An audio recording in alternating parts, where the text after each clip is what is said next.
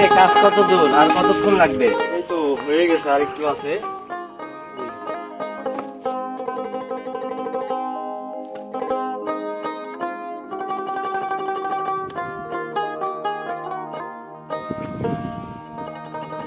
আজকের হাজিরাটা দেন, চলে যাই।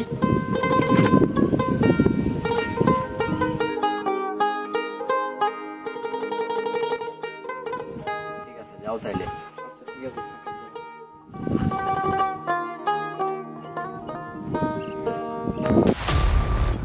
দাঁড়া তো। কোথায় যাচ্ছিস? ভাই বাসায় যাচ্ছিলাম কাজ করে। কি আছে দেখি তোর কাছে? ভাই কিছু নাই ভাই, দেখি? আমার কাছে ভাই। দেখ ভাই, কালকে আমার কিস্তি আছে ভাই। এই বেটা, চুপ বেটা, কোনো কথা বলবি না বেটা। ভাই টাকাগুলো চুপ। নিয়েন না ভাই। যা ভাই এখান থেকে নিয়েন যা, না চলে ভাই। যা। ভাই ভাই টাকাগুলো যা, এখান দিয়ে থেকে দেন চলে ভাই। যা। ভাই টাকাগুলো দিয়ে দেন ভাই।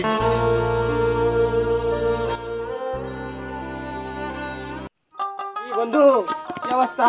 আমার সাথে দেখা সাক্ষাৎ নাই এই তো অবস্থা তো ভালো নাই রে মামা। কেন রে? কি হয়েছে? টাকা পয়সা নাই।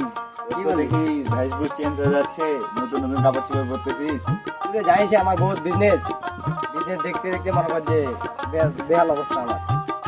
আচ্ছা যা করতেছিস খারাপ কিছু করিস না। ঠিক আছে, ভালো তুই থাকিস। যেহেতু বললি।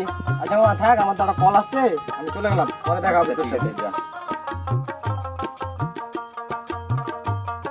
রিস্কাও নাই, সময় হয়ে এই এনে কি করছিস রে? আমি চশমা পরে আসি যে এখানে। কি রে, সেটা তোমার শাস্তি দিছি। দিছি মানি ব্যাগ দে, মোবাইল দে। মোবাইল দে। চুপ। কি রে, তোর কাছে ব্যাগও আছে? ব্যাগ দে। অনেক কষ্ট। ব্যাগ দে। টাকা এই বেটা, ব্যাগ দে। ব্যাগ দে। কি রে বলছি না? দিয়েছেন ভাই।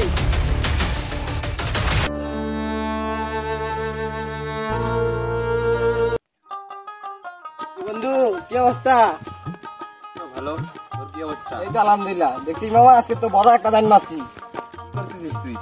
কত দান মারছিস? কিসের দান মারছিস? আর বলিস না, আমি তো একটা গুপ্ত মনে কর ব্যবসা করি, এটা তো সবাইকে আমি বলি না, তুই যেহেতু বন্ধু তোকে বলি। আমি তো মামা ছেলেবেলেকে ধরে পট দিই, বুঝছিস? পট দিয়ে ছেলেবেলে যা আছে সব নিয়ে নি। ঠিক আছে, তো ভালোই চলতেছি। তুই আমার সাথে আসিস। না না মামা, আমি এগুলাতে যাব না। তুই মামা এগুলা ভালো হয়ে যা, বুঝছিস? এগুলা করিস না, পরে এক সময় পস্তাবি। এই বেটা, এগুলো আজাইরা জ্ঞান দিস না, দেখি যা বেটা, তোর সাথে কথা না বলে বেটা মজা। পরে পস্তাবি, পরে পস্তাবি।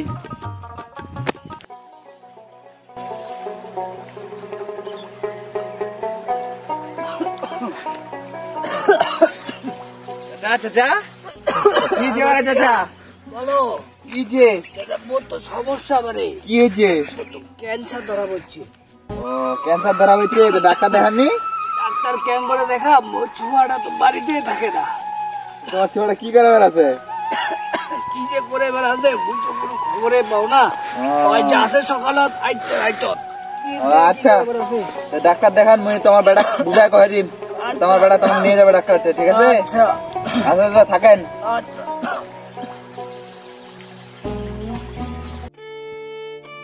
আমার বাবার কি অবস্থা?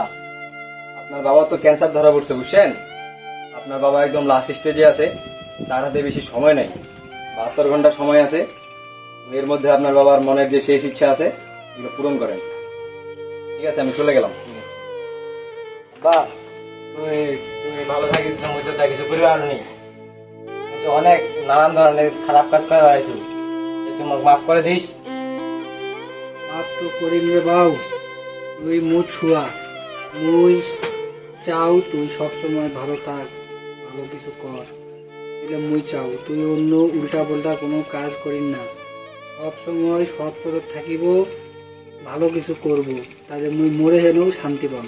ঠিক আছে আব্বা, মুই তোর কথা মানে চলে আব্বা, তুমি তো দোয়া কর। তথা তোর চিন্তা করিবা হবে নি। হ্যাঁ, মুই সব সময় তোর তেনে দোয়া করি, তুই জীবনে ভালো কিছু কর। হ্যাঁ, এটাই মুই চাও, এটাই মোর শেষ আশা। তুমি তো দোয়া কর আব্বা। আচ্ছা, ভালো থাকিস। আমরা এতক্ষণ দেখলাম একটি ছিনতাইকারীর জীবন কাহিনী। আমরা সকলে চেষ্টা করব পিতামাতার অবাধ্য না হয়ে তাদের কথা মতো চলা। আমাদের জীবনের লক্ষ্যে পৌঁছতে হলে পিতামাতার গুরুত্ব অপরিসীম।